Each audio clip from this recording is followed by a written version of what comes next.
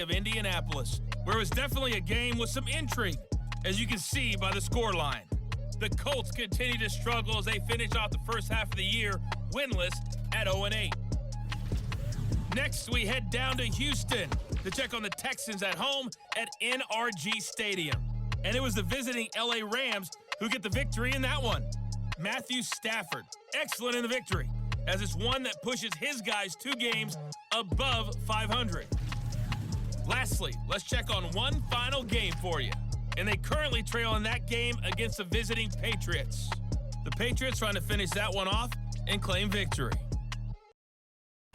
Meanwhile, in our game, no shortage of offense as each team has been able to move the ball effectively. Will the defenses show up in the second half? To find out, we give it back to our commentators, Brandon Cotton and Charles Davis. Okay, Coach, adjustments likely going to play a big role in this third quarter in what's been a tight contest so far.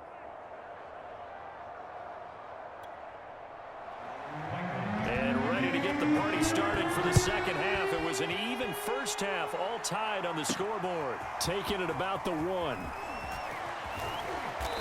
And he had no room to run as he's tackled down inside the 20.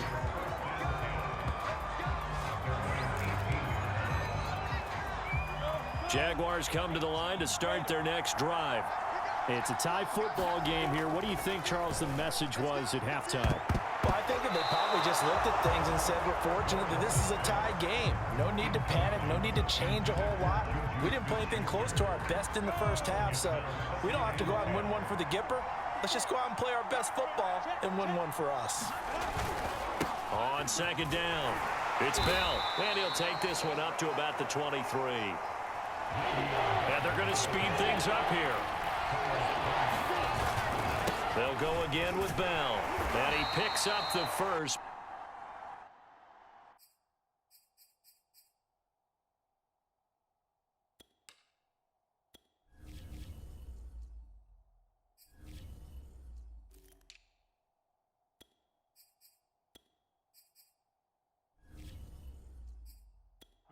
Taken down at the 29.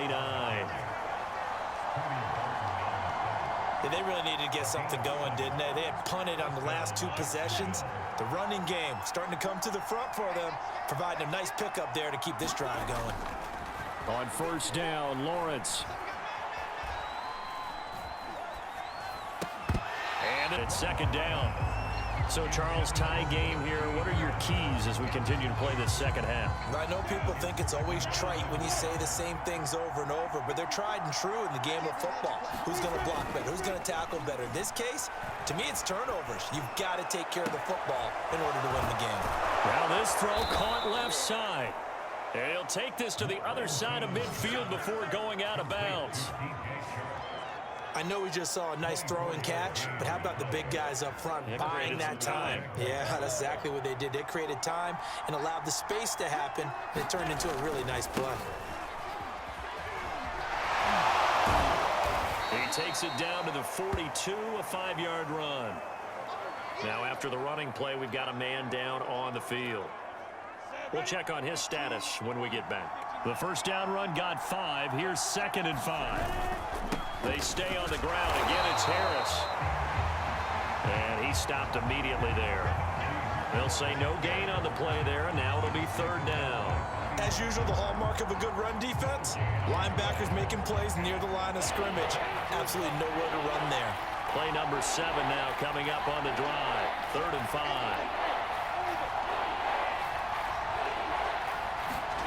Now Lawrence.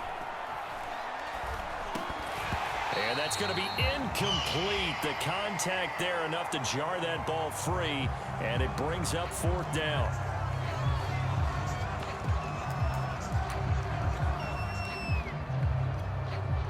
This offense 2 for 2 converting on these thus far, so why not try again here on 4th down? They'll go for it. They run for it with Harris.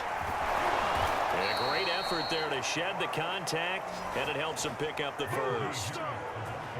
Good spot on the field to go for it, kind of no man's land as they call it, and it worked out. Yeah, they call it no man's land because your punter is telling you it's too short. I'm just going to punt it into the end zone. Your field goal kicker might give you a little raised eyebrow. Might be. They're trying to find Chark, but it's intercepted. Picked up by DJ Reed. And the Seahawks are going to have it here at their own 32-yard line. Coming to the line here to begin their next drive, the Seahawks offense. After the interception, here's Wilson. Working the middle here. That's complete to Everett, the tight end. And he'll be tackled right on the chalk of the 45.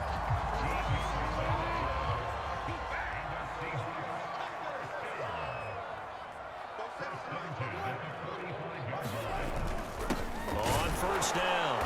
His tracks behind the line of scrimmage. Officially, it's a 1-yard loss. That's going to bring up 2nd and 11. Inside 4 minutes to go, third quarter. On 2nd and 11 now. Wilson. And this a quick slant to Lockett. They'll get 9 there as that sets him up better for third down.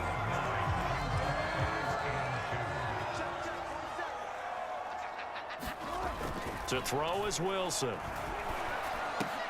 That's going to be complete to his tight end, Everett. And he is going to have a Seahawks first down as they're able to get the third down conversion. Ball up to the 35 now as they come up on 1st and 10.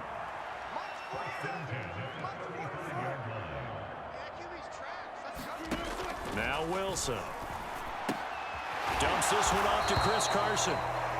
3 yards the gain there, 2nd down.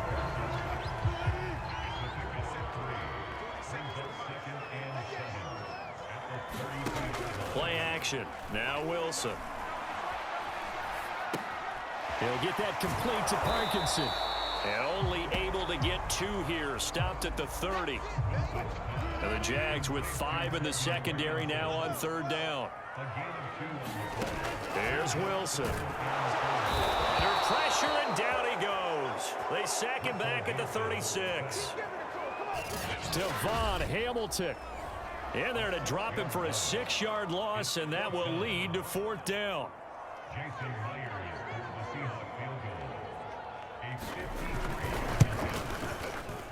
And that will wind up just short. He had it on line. It ran out of gas at the end, and we will remain tied here in this 3rd quarter. Well, he's got a big leg, and when everything comes together, he can certainly hit from long range, but this one's going to come up just a little bit short. A very good effort, though. They'll start on the ground with Harris. And he's up across midfield and down into Seattle territory. Only needing 2 yards on 2nd down. They'll run again with Harris. And he'll take it down shy of the 45 at the 46. 2nd and 2 is prime time for a little bit of a gamble, isn't it? Open up the playbook, go play action, toss that bad boy deep.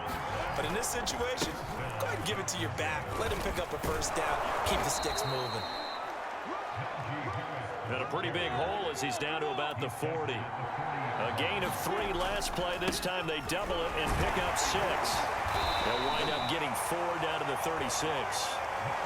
Pretty good job defensively. Thought he was going to get it, but they knew where that marker was, and they stopped him just short of it. What it does is emphasize that strategic football and situational football is not just played on the offensive side, is it? Defense understanding, as you noted, where the first down marker was and making sure they didn't get there. This is Bawden. And brought down, but not before they're inside the 25. 3 quarters in the books. We'll return with more after this. This is the NFL, and it's on EA Sports. They'll run with Bawden. A strong broken tackle on that one. And then they get him to the ground just shy of the 15.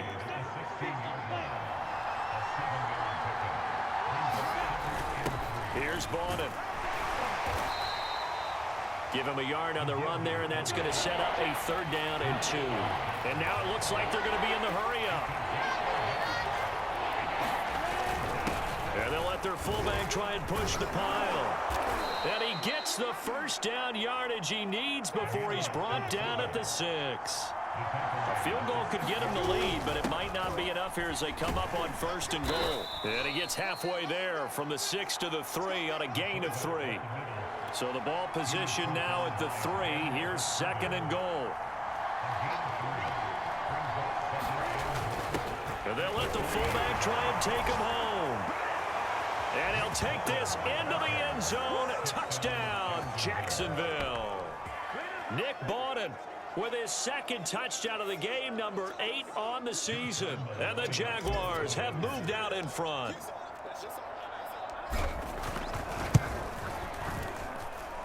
Extra point tacked on by Lambeau. And the lead is now 21-14. A 10-play drive that time. And it ends with a 3-yard scoring run.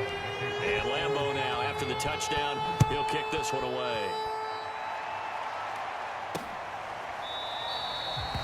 And no effort to bring this one out. It's a touchback. But the ball now going back over the Seattle Seahawks offense. And now they'll look to answer working from behind. And remember, this offense has sputtered yet to score here in the 2nd half. They'll need to change that here. Here's a throw out wide, complete to his running back right side. And they're able to get this one across the 35. I like the design that we're seeing right there. This is what they need. Down by touchdown here in the 4th. They just need to keep working their way downfield. And when they see openings, take their shots. And the Jags get to it. Looks like a loss of right around 11 there on 1st down to set them back on 2nd. Now they're in some hot water now. After that sack, it's 2nd and 21. Wilson's throw caught by Bird here. And he's going to be out of bounds right at midfield. Every now and then I can speak from experience because I do know as a defender it is awfully hard to stay with your man on these crossing routes because even if you don't get picked, there's a danger of being picked either by one of their receivers or maybe by your own defender. And on that play, that worked quite well. And this has been a nice answer to the touchdown drive against them a few minutes ago because they've come out and reestablished the tempo. A nice throw there, and they're putting together a very strong drive as a response. The drive continues as they search for a tying touchdown. Here's 1st and 10. Wilson. He'll lock it with a grab over the middle. And inside the 20 before he's brought down. Clock running, under 4 to play now as they come up on 1st and 10. On the delay, here's Carson. And he'll be stopped after a gain of only a couple down to the 15-yard line. 2nd down and 8.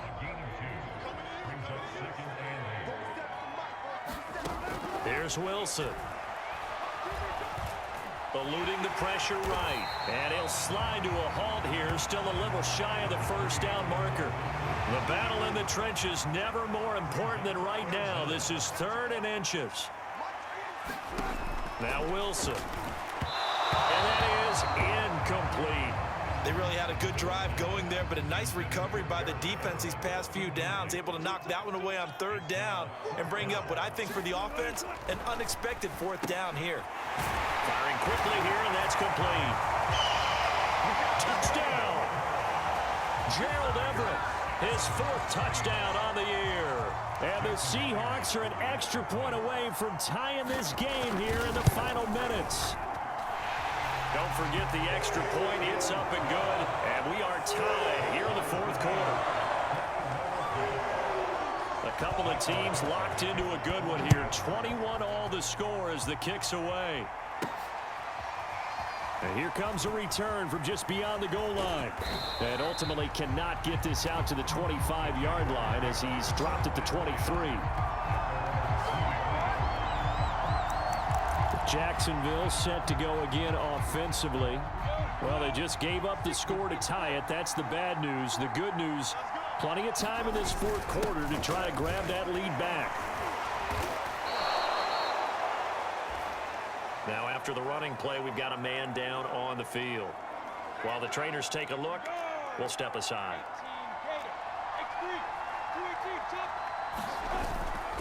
On second down, it's Bell. And he'll get it up near the 35, right at the 34 here. And quickly, they get to the line.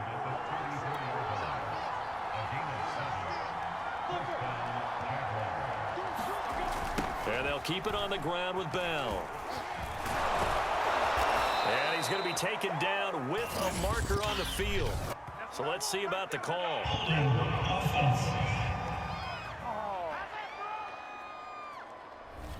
So a decent gain, but all for naught on the penalty. That's too bad, isn't it? They were feeling pretty good about it. The only people celebrating, the guys who just gave up that play. Lawrence. That's caught. It's Dan Arnold, the tight end. And they work this well upfield across the 45.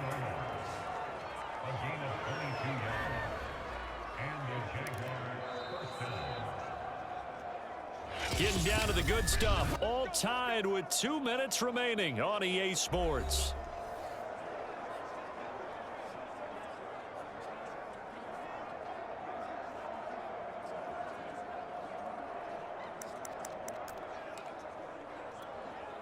So it's Jaguar football here as we welcome you back. They've got it 1st and 10 as they search for a go-ahead score.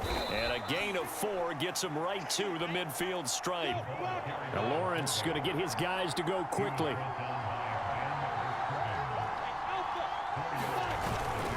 On the carry, it's Bud. And this time he's able to take it down to the 42. A gain of 4 last play. They double that here and get 8. But they picked up a little bit of yardage there, and now, in this situation, should be in no hurry to run a play really fast. Let the clock wind down.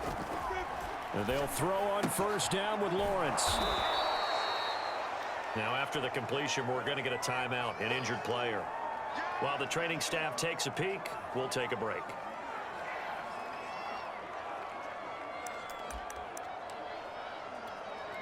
Working with 2nd and 5 now.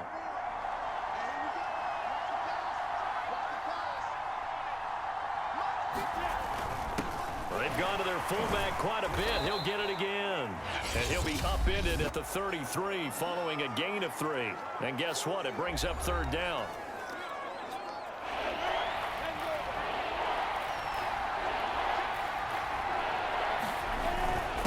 And again, they'll go right back to their fullback. And he's able to pick up the 1st before he's taken down at the 27.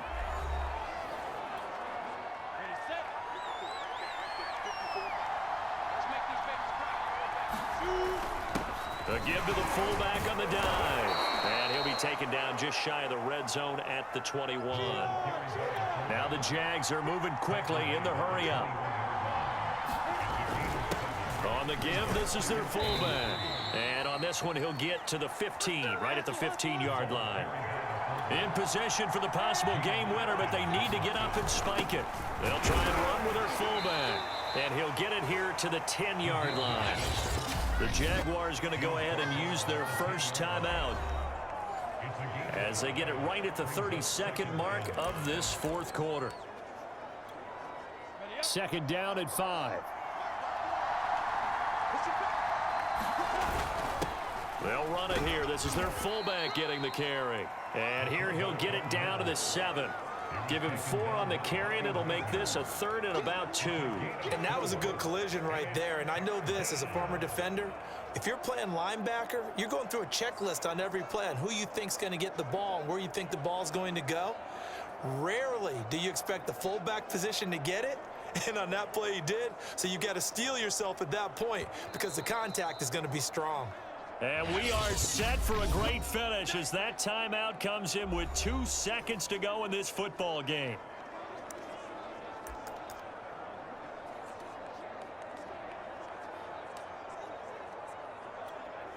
So now the onus will fall on the shoulders of Josh Lambo.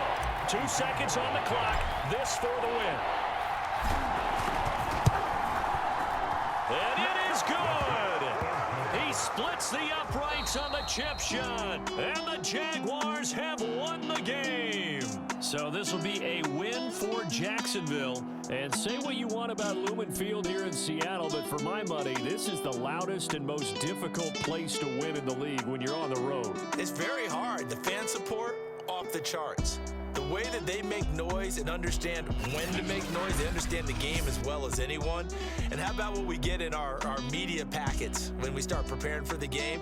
They have it in their own stuff, right? The number of offsides penalties, false start penalties that they draw against the opposing team because of that fan support. And last but not least, they designed the stadium to keep the noise in, and it works. But not in this one. They were able to somehow come in here and get that victory.